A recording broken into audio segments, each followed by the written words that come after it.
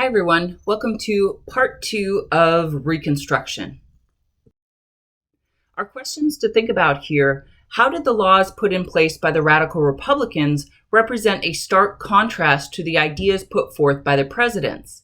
Second, how did President Johnson's conflict with radical Republicans lead to his impeachment? And finally, what are the 3 Civil War amendments to the U.S. Constitution? Before we get really into this, I want to explain the political spectrum that I've drawn on the bottom of this slide. So the liberals are on the left and the conservatives are on the right. And today, our Republican Party is the conservative party and the Democratic Party is the liberal party. But that's not the way it used to be. When the Republican Party was created in 1854, their major reason for existing was to be the anti-slavery party. And that, by definition, makes them the liberal party. And of course, Southern Democrats are the ones that want to maintain the institution of slavery. So they're obviously conservative. So it's important to understand that this is a spectrum, like the color spectrum, that you sort of fade into one color from the next. And the same thing here with the liberal or conservative views. The closer you are to the middle, the more moderate you are. And then as you move further to the left, the more liberal. As you move further to the right, the more conservative. Abraham Lincoln was described as a moderate Republican, partly because he believes that slavery was written into the U.S. Constitution, and that if we were going to abolish slavery, then we needed to change the Constitution. But the other thing is, many of the radical Republicans like Thaddeus Stevens, Charles Sumner, William Seward, not only wanted to see the immediate abolition of slavery, but they also wanted to make it where black men and white men were equal. And that was considered a radical political belief at the time. So these are the radical Republicans, are the super liberal Republicans who not only wanted to see the abolition of slavery, the equality of black men and white men, but also to punish the Southern states for all of the death and destruction caused by the Civil War. Radical Republicans are going to be challenging Abraham Lincoln to adopt more liberal views. And Lincoln had recognized during his lifetime that he was going to have to work with radical Republicans, these more liberal members of his own party. But once Abraham Lincoln is dead and Andrew Johnson becomes the president, we're going to see the radical Republicans really gain momentum in Congress. 2 pieces of legislation here are really the result of the radical Republicans' liberal agenda. The first is the Freedmen's Bureau, and specifically the extension of the Freedmen's Bureau. This was an agency created by the national government at the end of the Civil War to help ease the transition from slavery to freedom for Southern African Americans. So the Freedmen's Bureau provided relief in the form of food and clothing. They also set up schools to provide educational opportunities for former slaves. They also provided legal help. One of the things that we're going to see in the South after the Civil War is that many former slaves are forced to sign long-term labor contracts. So the Freedmen's Bureau is going to help negotiate those contracts. And then finally, assistance for those looking to purchase their own land or those still seeking employment. What the radical Republicans did here is that the Freedmen's Bureau was supposed to be a 1-year program, but it was so effective and so popular that the radical Republicans wanted to extend its life. The other piece of legislation here is the Civil Rights Act of 1866, and it's designed to nullify the Black Codes. This is a civil rights bill that would guarantee freedmen, quote, full and equal benefit of all laws and proceedings for the security of persons and property, and is enjoyed by white citizens. The Civil Rights Act is designed to assert some control over the Southern states and to prevent African Americans from being discriminated against with the black codes. Now, because any piece of legislation has to be enforced by the president, the radical Republicans are already putting into motion the 14th Amendment that would secure citizenship rights for African Americans. And we'll talk more about that a little bit later on. But the problem was that the radical Republicans in Congress passed both of these pieces of legislation, and both of them are going to be vetoed by President Johnson.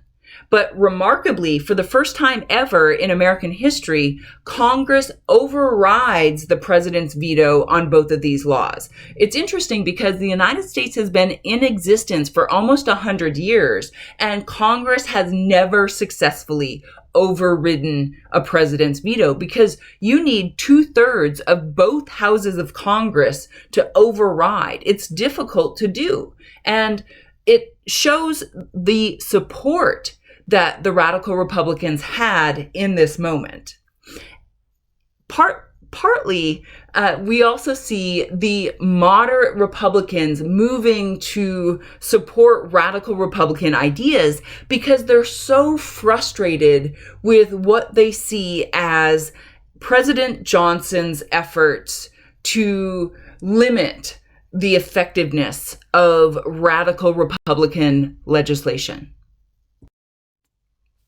In 1867, the radical Republicans, with their new support from the moderates, are going to take control of Reconstruction. So you'll see it in some textbooks where they talk about the radical Republican Reconstruction, or just radical Reconstruction, or even congressional Reconstruction. All of this is to mean is that here in the mid-1860s, we have a moment where radical Republicans are really directing the issue of Reconstruction. So in 1867, this radical contingent in Congress is going to be successful in passing the Military Reconstruction Acts.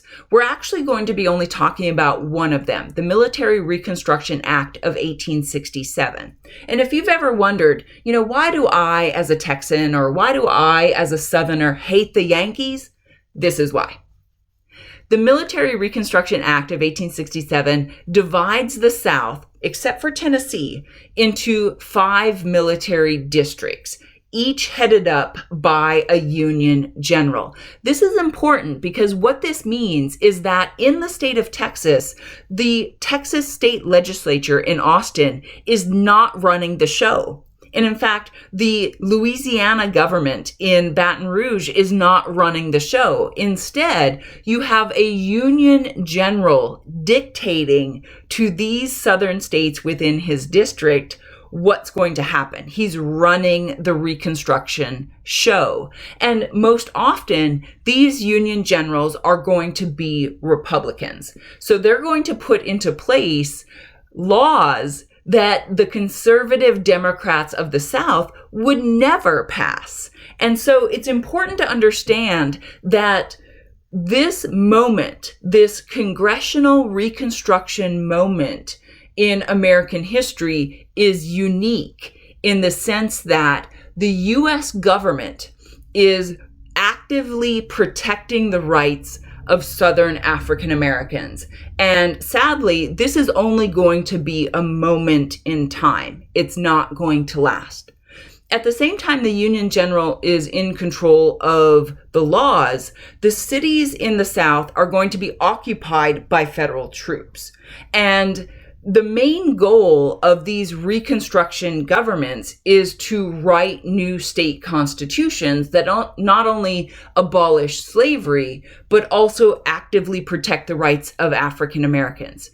And Southerners are absolutely outraged, partly because they don't feel like fellow Americans. They feel like a conquered enemy. I mean, they have U.S. Army troops in their cities, and they have legislatures that are no longer operating to create the laws of their states. They're absolutely furious. So the radical Republicans are going to try to limit President Johnson's efforts to remove any Republicans from his cabinet. And so in 1867, Congress passes what is known as the Tenure of Office Act. This is interesting because in order to become a member of the president's cabinet, whether you're the Secretary of State, the Secretary of War, or Secretary of the Treasury, you're first nominated by the president and then approved by the Senate. But once you're a member of the president's cabinet, you can be fired at any time by the president. But what the Tenure of Office Act does is it requires Senate approval to remove any presidential appointees. Now, what's interesting about this is that this is unconstitutional. I mean, clearly, you are changing what is written in the Constitution. And Congress, bless their hearts, they don't have this power. But they're trying to limit Johnson's ability to remove radical Republicans from government positions. Johnson argues that this law is unconstitutional, and of course he's right. So what he does is he deliberately fires Republican Edwin Stanton as the Secretary of War, and then Congress writes up articles of impeachment against Johnson. And so Andrew Johnson becomes the first U.S. president to be impeached. I want to pause for a minute on the issue of impeachment because even though we just went through this process with the current president, it's still a misunderstood concept. According to the U.S. Constitution, the president can be impeached for committing treason, bribery, or other high crimes and misdemeanors. But the word misdemeanor is not a low-level crime, but rather bad political conduct. And so it's important to understand that the president doesn't necessarily have to have committed anything that could send him to jail. All he has to do is to misbehave politically, and he can be impeached. And this is exactly what happens to Andrew Johnson. There were 11 articles of impeachment listed against President Johnson, but most of them focused on his violation of the Tenure of Office Act.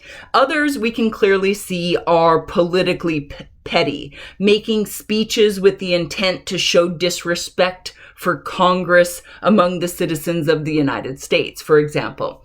But the process is two steps. First, the House of Representatives passes articles of impeachment. And again, the word impeach means to call a person's integrity into question or to accuse. So these are the alleged offenses that the president has committed. Keep in mind, this does not have to be a crime. But once the House of Representatives passes articles of impeachment, the president has in fact been impeached, because the word impeach does not mean removal from office, because we need step 2. If you've been accused of something, you need to be able to present evidence as to your innocence, and those accusing need to present evidence of your guilt. So that trial takes place in the Senate, where the senators act as jurors, like that you would in any trial. And in the case of Andrew Johnson, the vote was one short of the required 2/3 majority needed to convict. 7 Republicans voted to acquit the president, as Republican Senator James Grimes of Ohio stated, quote, "I cannot agree to destroy the harmonious working of the Constitution for the sake of getting rid of an unacceptable president." So Andrew Johnson survives his impeachment trial, but he also sort of learns a lesson that he's going to have to work with Congress during this rough period of Reconstruction.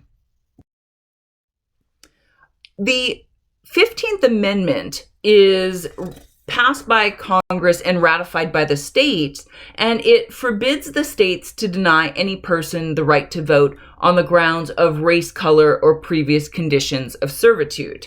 And so this gives Black men the right to vote. Women, however, are excluded from the 15th Amendment, and it's not going to be until 1920 that women gain the right to vote.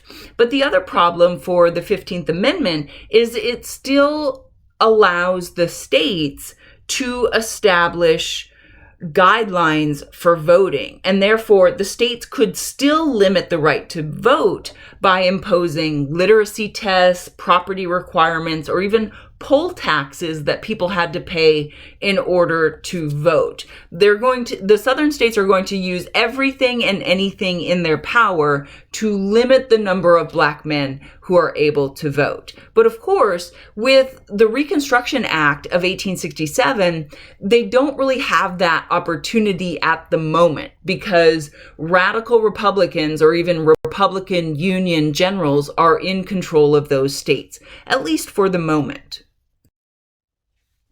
So I want to sort of conclude this section by discussing what we call the Civil War amendments. And the way that I usually describe this to the class is as a stair step.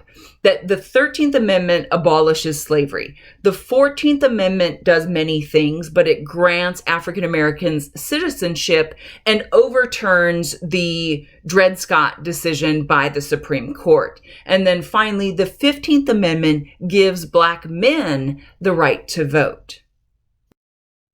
So coming back to our questions to think about, how did the laws put in place by the radical Republicans represent a stark contrast with the ideas put forth by the presidents? The radical Republicans want to punish the South, and they want to make sure that the South doesn't go back to the way it was before. When we think about the presidents and their leniency, the Southerners are going to basically try to reinstitute slavery. I mean, historians even talk about neo-slavery during this time. So the radical Republicans are a sea change in this moment. How did President Johnson's conflict with radical Republicans lead to his impeachment?